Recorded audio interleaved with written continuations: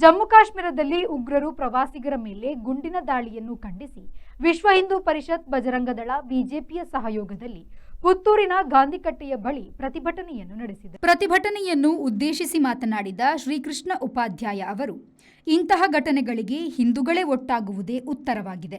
ಹರಿದು ಹಂಚಿ ಹೋಗಿದ್ದಾರೆ ಎನ್ನುವ ಹಿಂದೂಗಳು ದೇಶ ಮತ್ತು ಸಮಾಜದ ವಿಚಾರಗಳು ಬಂದಾಗ ಒಟ್ಟಾಗುತ್ತಾರೆ.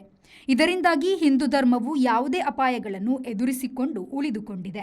ಈಗಾಗಲೇ ಸುಮಾರು 45ಕ್ಕೂ ಅಧಿಕ ದೇಶಗಳು ಜಿಹಾದಿಗಳನ್ನು ಮಟ್ಟ ಹಾಕುವ ನಿಟ್ಟಿನಲ್ಲಿ ಭಾರತದೊಂದಿಗೆ ಕೈಜೋಡಿಸಿದೆ. ಪಾಕಿಸ್ತಾನದ ಮೇಲೆ ಭಾರತದ ಬಾಂಬ್ ಬೀಳುವುದೇ ಇದಕ್ಕೆಲ್ಲ ಪರಿಹಾರ ಎಂದು ಹೇಳಿದರು. ಎಲ್ಲ ಹಿಂದೂಗಳು ಒಗ್ಗಟ್ಟಾಗಿ ಇವತ್ತು ನಾವು ಒಂದು ಪೈಶಾಚಿಕ ಕೃತ್ಯವನ್ನು, ರಾಕ್ಷಸಿ ಕೃತ್ಯವನ್ನು ಖಂಡಿಸಲಿಕ್ಕೋಸ್ಕರ ಇವತ್ತು ಪುತ್ತೂರಿನಲ್ಲಿ ಒಗ್ಗಟ್ಟಾಗಿದ್ದೀವಿ. ಯಾವುದೇ ರಾಜಕೀಯ ಪಕ್ಷದವರು ನೀನು ಯಾವ ಪಕ್ಷದವ ಅಂತ ಕೇಳಿ ಉಗ್ರಗಾಮಿ ಹೊಡೆಯುವುದಿಲ್ಲ ಗುಂಡನ್ನ, ನೀನು ಯಾವ ಜಾತಿ ಅಂತ ಕೇಳಿ ಉಗ್ರಗಾಮಿ ಹೊಡೆಯುವುದಿಲ್ಲ ಗುಂಡನ್ನ. ಪ್ರತಿಯೊಬ್ಬ ಉಗ್ರಗಾಮಿಗೆ, ಪ್ರತಿಯೊಬ್ಬ ಮತಾಂಧನಿಗೆ ನಾವೆಲ್ಲ ಹಿಂದೂಗರು ಕಾಫಿದರು ಅನ್ನೋದನ್ನು ನಾವು ಮನಸ್ಸಲ್ಲಿ ಇಟ್ಕೊಳ್ಬೇಕು. ನಾವೆಲ್ಲರೂ ಬೇರೆ, ನಾವೆಲ್ಲರೂ ನಾವೇ, ಅವರೆಲ್ಲರೂ ಅವರೇ. ಇದನ್ನ ಮನದಟ್ಟು ಮಾಡಿಕೊಂಡು ನಾವೆಲ್ಲರೂ ಹಿಂದೂಗರು ಒಗ್ಗಟ್ಟಾಗಬೇಕು, ಇದನ್ನ ಎದುರಿಸಬೇಕು. ನಮ್ಮ ಯೋಚನೆ ಮಾಡಿ ಬಂದಿದ್ರೆ 80% ಇರತಕ್ಕಂಥ ದೇಶದಲ್ಲಿ ನಾವು ಇವತ್ತು ಈ ರೀತಿಯ ಒಂದು ಪ್ರತಿಭಟನೆಯನ್ನ, ಈ ರೀತಿಯ ಒಂದು ಪರಿಸ್ಥಿತಿಯನ್ನು ಎದುರಿಸುವಂತಹ ಒಂದು ಸನ್ನಿವೇಶ ಇದೆ ಅಂತ ಹೇಳಿ ಆದರೆ ವಿಶ್ವ ಹಿಂದೂ ಪರಿಷತ್ ಪುತ್ತೂರು ಜಿಲ್ಲಾಧ್ಯಕ್ಷ ಡಾಕ್ಟರ್ ಕೃಷ್ಣ ಪ್ರಸನ್ನ ಮಾತನಾಡಿ, ಜಿಹಾದಿಗಳ ಅಟ್ಟಹಾಸಕ್ಕೆ ಜಮ್ಮು ಕಾಶ್ಮೀರದಲ್ಲಿ ಹಲವು ಹಿಂದೂಗಳ ಪ್ರಾಣಗಳು ಬಲಿಯಾಗಿದೆ. ಕೇಂದ್ರ ಸರ್ಕಾರವು ಪ್ರಕರಣಕ್ಕೆ ಸಂಬಂಧಿಸಿ ಯಾವುದೇ ಅಂತಾರಾಷ್ಟ್ರೀಯ ಒತ್ತಡಕ್ಕೆ ಕಿವಿಕೊಡದೆ ಪಾಕಿಸ್ತಾನದ ವಿರುದ್ಧ ಸೂಕ್ತ ಕ್ರಮ ಕೈಗೊಂಡು ಇಂತಹ ಕೃತ್ಯಕ್ಕೆ ಇತಿಶ್ರೀ ಹೇಳಬೇಕು ಎಂದು ಹೇಳಿದರು. ಒಂದು ಜನಾಂಗಕ್ಕೆ, ಈ ಮುಸಲ್ಮಾನರಿಗೆ ನೋವಾಗ್ತದೆ ಅಂತ ಕೆಲವು ರಾಜಕಾರಣಿಗಳು ಹೇಳುವಾಗ ನಾನ್ ನಿರೀಕ್ಷೆ ಮಾಡಿದ್ದೆ, ಇಲ್ಲ ಕಾರ್ಗಿಲ್ ವಿಜಯೋತ್ಸವ ಮಾಡಿದ್ರೆ ನಮಗೆ ನೋವಾಗಲ್ಲ, ಪಾಕಿಸ್ತಾನದ ವಿರುದ್ಧ ಏನು ಮಾಡಿದ್ರು ನಮಗೆ ನೋವಾಗಲ್ಲ ಅಂತ ಹೇಳಿ ಈ ಬ್ಯಾರಿ ಮುಖಂಡರುಗಳು ಸ್ಟೇಟ್ಮೆಂಟ್ ಕೊಡಬೇಕಿತ್ತು.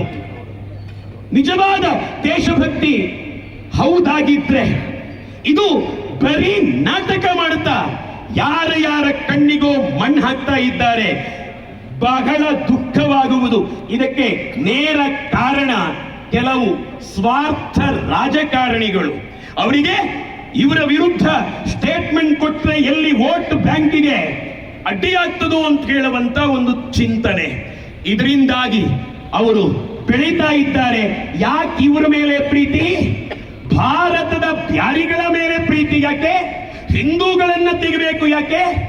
ಪ್ರಾಸ್ತಾವಿಕವಾಗಿ ಮಾತನಾಡಿದ ಬಿಜೆಪಿ ಮುಖಂಡ ಅರುಣ್ ಕುಮಾರ್ ಪುತ್ತಿಲ ಅವರು, ಜಮ್ಮು ಕಾಶ್ಮೀರದಲ್ಲಿ ಹಿಂದೂಗಳನ್ನು ಗುರಿಯಾಗಿರಿಸಿಕೊಂಡು ಪೈಶಾಚಿಕ ಕೃತ್ಯ ನಡೆದಿದೆ. ಇದನ್ನು ಎದುರಿಸುವ ನಿಟ್ಟಿನಲ್ಲಿ ಹಿಂದೂ ಸಮಾಜ ಒಗ್ಗಟ್ಟಿನೊಂದಿಗೆ ಕೇಂದ್ರ ಗೃಹ ಸಚಿವ ಅಮಿತ್ ಶಾ ಅವರಿಗೆ ಶಕ್ತಿ ತುಂಬುವ ಕೆಲಸವನ್ನು ಮಾಡಬೇಕು ಎಂದು ಹೇಳಿದರು.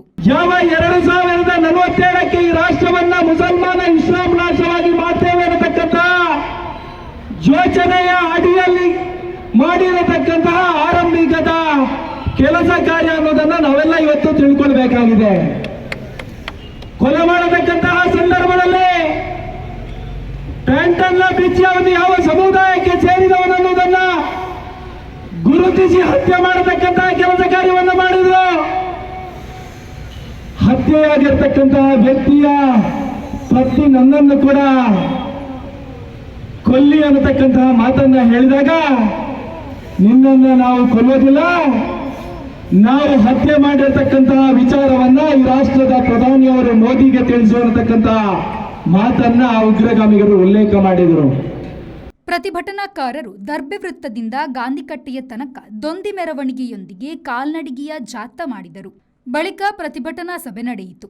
ಮಾಜಿ ಶಾಸಕ ಸಂಜೀವ ಮಠಂದೂರು, ಪುತ್ತೂರು ಗ್ರಾಮ ಮಂಡಲ ಬಿಜೆಪಿ ಅಧ್ಯಕ್ಷ ದಯಾನಂದ ಉಜಿರೆಮಾರು, ನಗರ ಮಂಡಲ ಅಧ್ಯಕ್ಷ ಶಿವಕುಮಾರ್, ನಗರಸಭಾ ಅಧ್ಯಕ್ಷೆ ಲೀಲಾವತಿ ಅಣ್ಣುನಾಯ್ಕ, ಪ್ರಮುಖರಾದ ಅನಿಲ್ ತೆಂಕಿಲ, ದಾಮೋದರ್ ಪಾಟಾಳಿ, ಡಾಕ್ಟರ್ ಸುರೇಶ್ ಪುತ್ತೂರಾಯ, ಯು ಪೂವಪ್ಪ, ಪ್ರಸನ್ನಕುಮಾರ್ ಮಾರ್ತಾ ಮತ್ತಿತರರು ಉಪಸ್ಥಿತರಿದ್ದರು. ಅನೀಶ್, ವಿ4 ನ್ಯೂಸ್, ಪುತ್ತೂರು.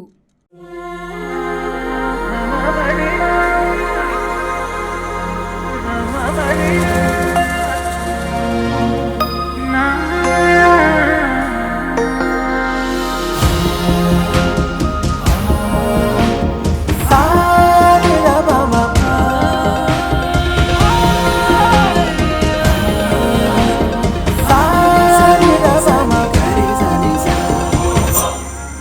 Gold.